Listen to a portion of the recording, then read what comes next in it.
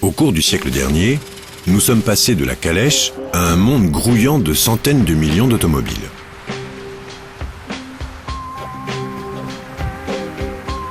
De la Ford Model T aux voitures de course actuelles, une chose demeure, le moteur à combustion interne. Dans ces moteurs, un mélange d'air et de carburant est admis dans le cylindre pendant la descente du piston. En remontant, il comprime le mélange gazeux qui est enflammé par une étincelle. L'explosion refoule le piston vers le bas, entraînant la rotation de l'arbre de Vilebrequin. Finalement, les gaz d'échappement sont expulsés par la remontée du piston et le cycle recommence. Si on considère le carburant qui n'a pas été consumé et l'émission de monoxyde de carbone, que l'on multiplie cela par le nombre de voitures sur les routes, on comprend facilement pourquoi les automobiles représentent un danger aussi important pour l'environnement. Pourquoi ne pas équiper les voitures d'un autre type de moteur qui consommerait moins d'énergie et qui serait moins polluant? Les scientifiques sont proches du but.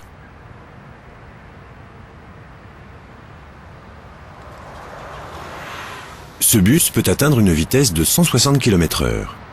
Mais contrairement au bus diesel, il circule silencieusement et ne rejette que de l'eau. Il est alimenté par ce qu'on appelle une pile à combustible. Une pile à combustible produit de l'électricité en convertissant l'énergie d'une réaction chimique. Dans une pile à hydrogène et oxygène, la plus courante, l'hydrogène et l'air sont stockés séparément de chaque côté d'une membrane. Chaque molécule d'hydrogène oxydé libère 2 électrons dans le circuit électrique. La membrane assure le passage des ions hydrogène qui réagissent avec les molécules d'oxygène de l'air pour former de l'eau. La pile n'est pas constituée de pièces mobiles et devient légèrement chaude au toucher. Contrairement à une batterie, elle fonctionne de manière continue tant qu'elle est alimentée en hydrogène et en air.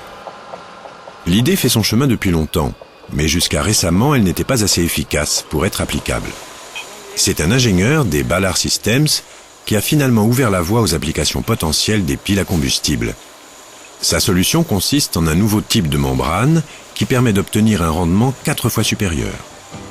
Néanmoins, la technologie de la pile à combustible en est toujours au stade de l'expérimentation. Et avec tous les capitaux investis dans les industries automobiles et pétrolières, les piles à combustible ne sont pas prêts de supplanter les moteurs à combustion interne.